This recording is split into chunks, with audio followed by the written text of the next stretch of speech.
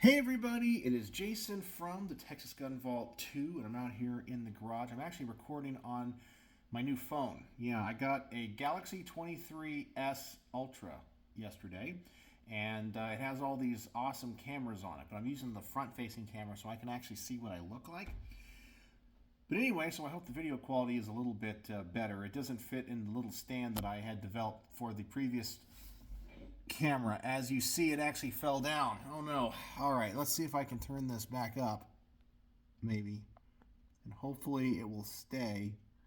We'll have to see. Probably not, but there we go.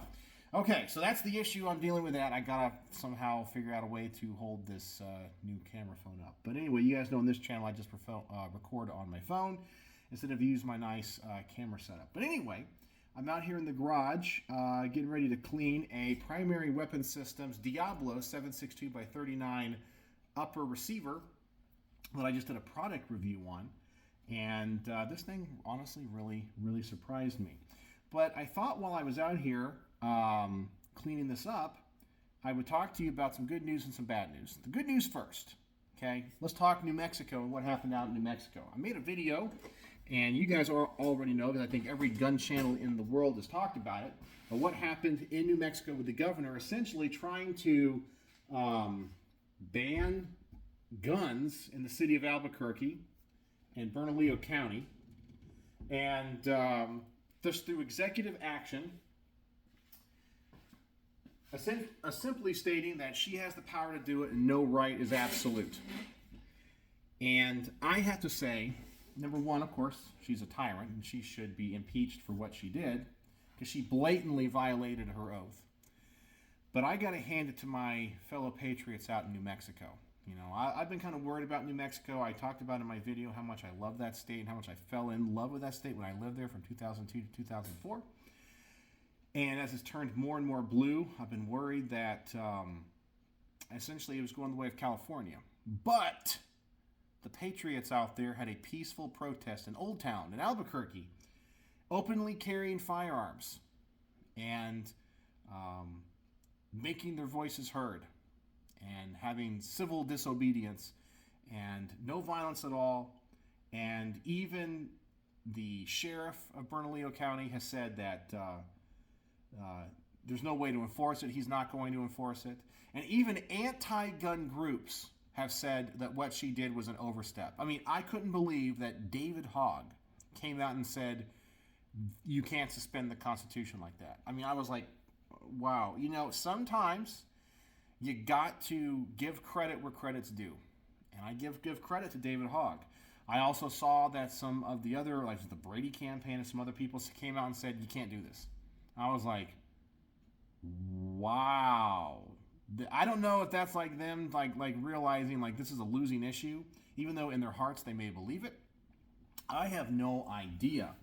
But I was blown away by all of that. So good on New Mexico, and I really think that we are on the right track of getting this thing, of course, overturned. I mean, no one's going to enforce it anyway. And I still can't believe her statement. She's like, criminals aren't going to follow this anyway, but I think law-abiding citizens will. So you're openly admitting that you want to disarm law-abiding citizens, and the criminals aren't going to follow your edict. Yeah, it was amazing to me. It was absolutely amazing. But anyway, that's the good news. And this thing has really woken up a lot of people to the tyrants that are out there and what they really want to do, because the governor started saying the quiet part out loud. So anyway, that's the good news. Now let's talk about the bad news. The bad news. I found out today from a subscriber of my channel who I was speaking with regarding, I guess he works for a big firearms manufacturer. I won't mention who, don't want to give out any names or any of that, and you know, whatever, I don't know, whatever. But he sent me a thing tonight and said, did you know about this? Did you guys hear about Windham Weaponry? Now, Windham Weaponry was essentially a replacement to like the original Bushmaster company. I mean, I don't know the exact history, but I know Bushmaster was sold, you know, to Remington at some point. Now they're owned by oh, who is it? I forgot who owns them. I know somebody will tell me in the comments.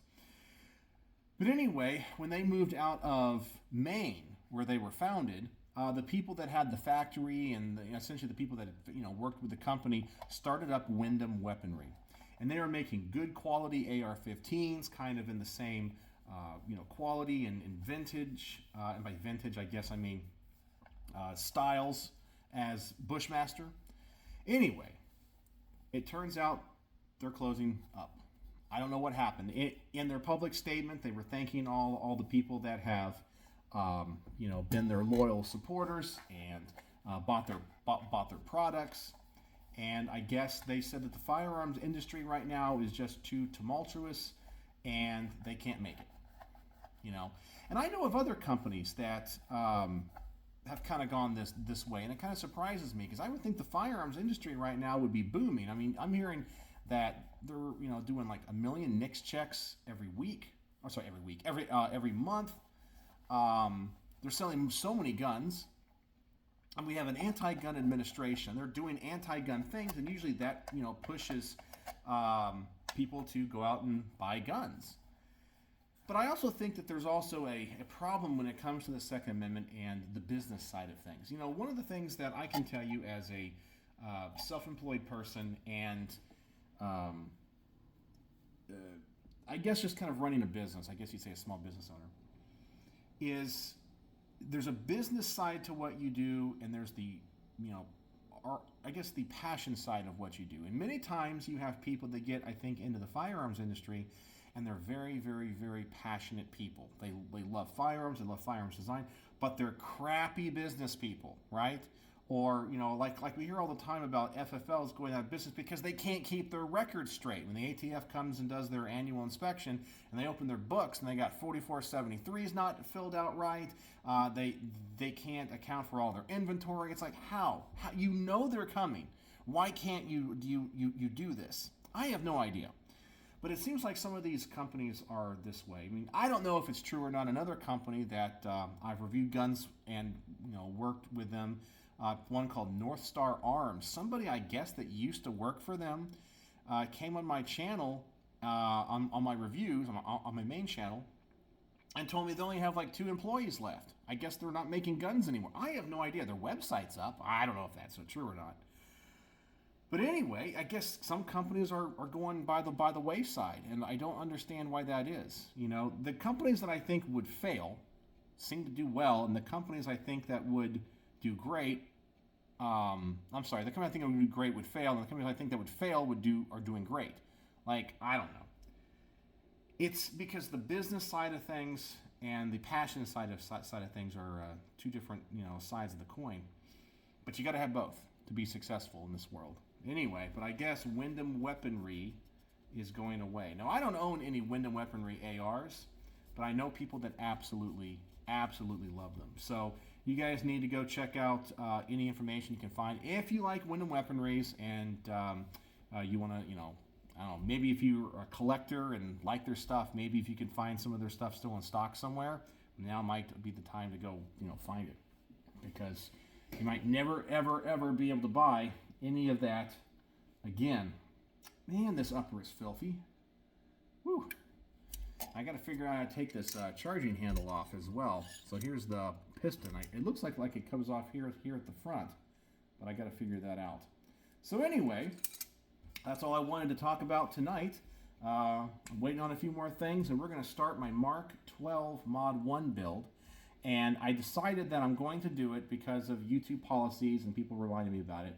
I'll make videos here about it, but I won't do a live stream. But I do need to do a live stream eventually here on the channel. So I will do that soon.